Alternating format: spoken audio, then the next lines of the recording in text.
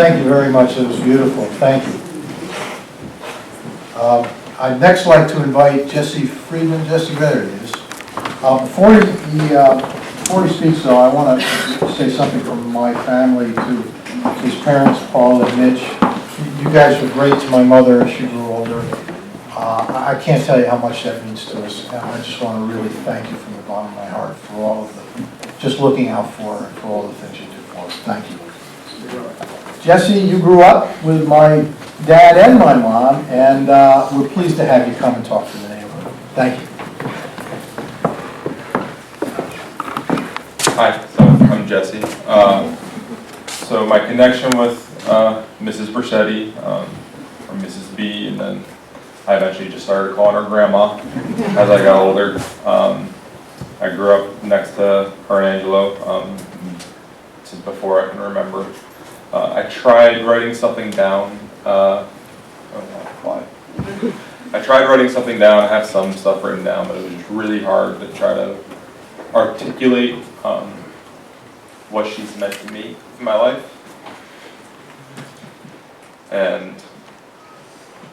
But first, before anything else, I wanted to just share some lyrics from a song that the first time I heard it, I immediately thought of her.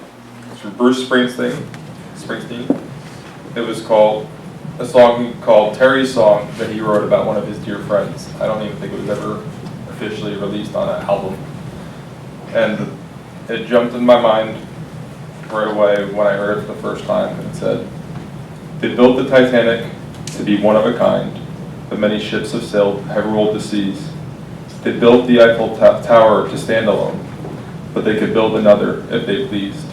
The Taj Mahal, the pyramids of Egypt are unique, I suppose, but when they built you, they broke the mold."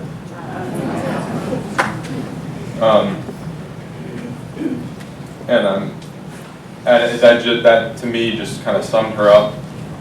She had so much energy. I'm overwhelmed by the turnout here. I can't believe this. It's amazing. And it just speaks to who she is as a person. So energetic, so loving, so caring to everybody around her. She just drew people in. Growing up, I only had one living grandparent when I was born, and she wasn't around that often. I didn't see her very often. And I'd always wanted aunts and uncles and cousins to be around and play with the Bricettis. I found that. I have memories playing with her 8 grandchildren in her basement, which is incredible. Going down there now to think that we would play games like red light, green light, 1, 2, 3, in that small, tiny room. I'm sure most of us can't even stand there without. No, Tommy definitely can't stand there now without leaning over. And she's been there at every step of the way in my life. She's been at every major life event of mine. Graduation, basketball games. She came to my college graduation. She drove up to Boston with my parents, and I think I can't remember, maybe Christy, grad school. I think somebody else's graduation was the same day that night.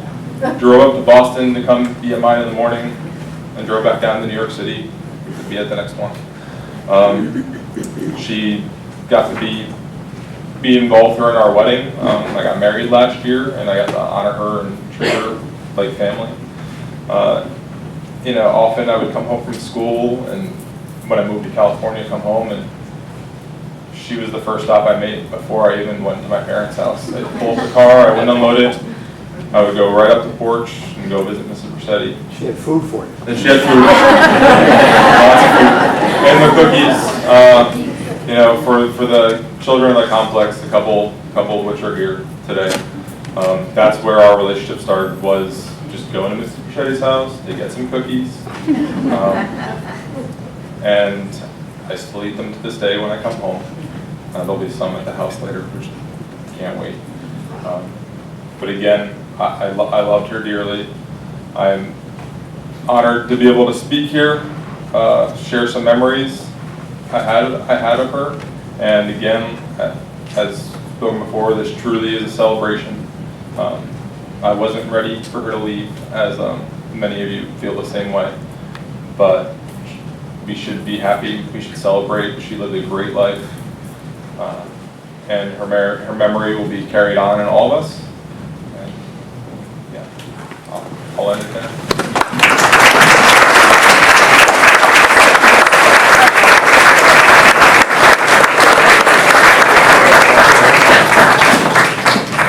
Thank you, Jesse. Thanks for speaking for 25 Barber Street. Very nice. The next speaker is my daughter, Rose. And my daughter Rose always, whenever somebody said that she was a lot like my grandmother, that was a real compliment to her. However, that also makes me worry about what you're going to say here. You know how Mom was, and you're like that. Anyway, Rose, my daughter Rose.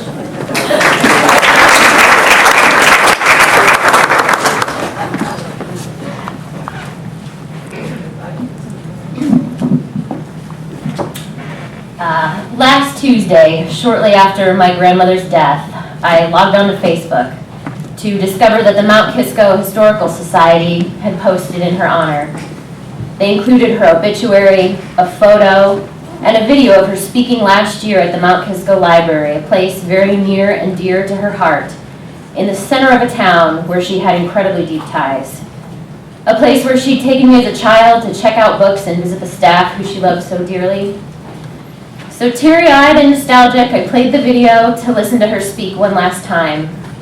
I sat at my computer as she was introduced. She stepped up to the mic, talked about growing up in Mount Kisco as the daughter of immigrants, and then called her long-dead father a son of a bitch.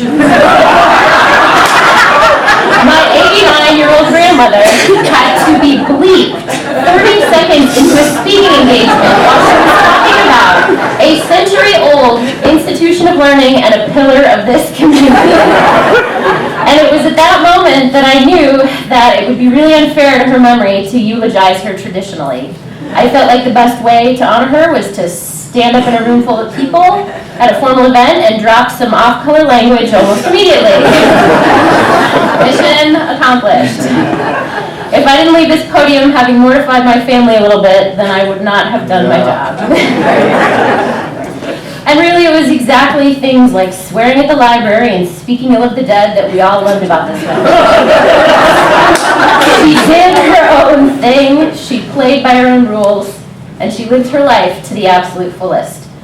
She used to tease me about not calling her enough. She'd even email me her phone number just in case I'd lost it or forgotten it. But I'd call her when I got home from work on the West Coast, so it would be 9 p.m. Eastern time, and she would never be home. I'd be at home in my pajamas, eating soup and sewing with my cats, and my grandmother was out on the town with her friends, too busy to take my calls.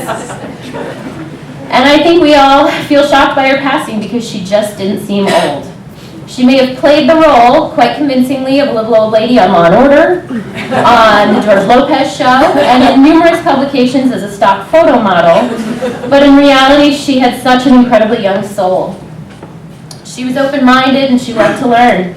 She'd been using a computer for years, she loved to email, she even joined Facebook a few years ago. In 2008, while she was leaving the grocery store, Grandma saw a man wearing a big shiny gold chain and getting out of a very flashy car. Curious, she walked right up to him and said, "Excuse me, who are you?" Taken aback, the man looked at her, this tiny, bold octogenarian, and replied, "Who are you?" It turns out he was the famously felonious rapper DMX. She took a photo with him and later posted it online with the following caption. "I saw DMX in a parking lot in 2008. I said, 'What does your grandmother call you?' And he said, 'Earl.' He was a very pleasant and a very nice person." I have never encountered in my life another 85-year-old woman, barely clearing 5 feet, who would feel comfortable approaching a gangster rapper by herself in a parking lot. In fact, I know a lot of large men in their 20s who would not feel comfortable approaching a gangster rapper in a parking lot. And I'm certainly not acquainted with any other members of her generation who've gone out of their way to share photos of themselves with one of America's most arrested celebrities, or to claim that a man guilty of a litany of both violent and nonviolent crimes was a very pleasant and a very nice person. None of my peers ever spent Christmas morning listening to their grandmother's new and very explicit DMX CD because she was curious to learn more about her friend Earl. But that was Grandma. She was interested in the world and wanted to know what was going on around her. She wasn't scared or judgmental about things she saw happening. She didn't long for the good old days. She was too busy living her life and exploring new things to be living in the past. She made aging look easy, and she made aging look fun. She was a futurist and a feminist by default. She effortlessly always looked forward and was excited about what life held in store. Even in writing her last wishes, which I'll quote for you now, she was thinking about the future and what it might hold for the people she loved. She wrote, "Before I go on, my family is everything to me. I love all of you, Mario, Vincent, and Louisa, so proud of you. Marge, Grace, and Jonathan, so wonderful. I loved you all the minute I met you. And then, of course, comes Christy, Leslie, Tom, Rose, AJ, Anna, Carolyn, and Ken. What more can a grandmother ask for? Of course, at this time, no great-grandchildren.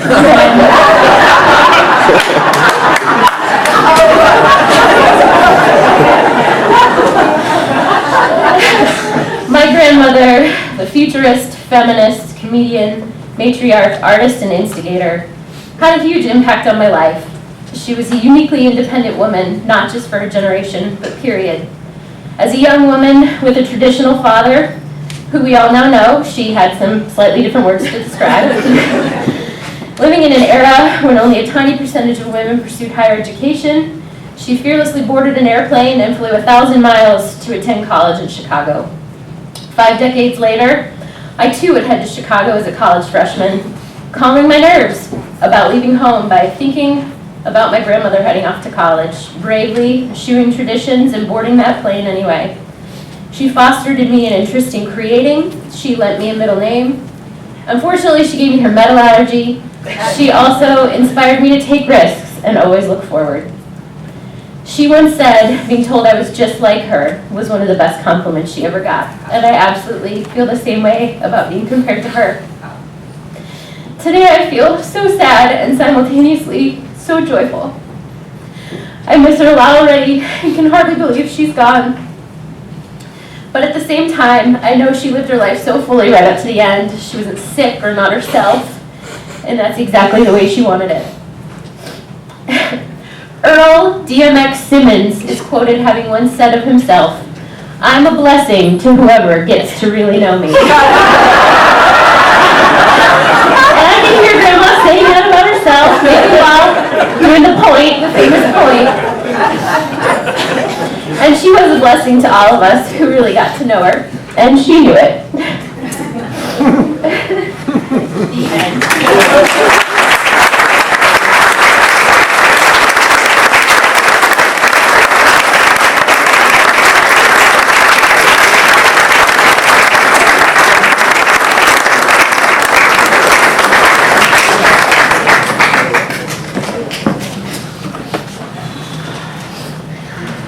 Wow. Thank you, sweetie. Thank you so much. Vinny, you're next. And, you know, I feel for you now.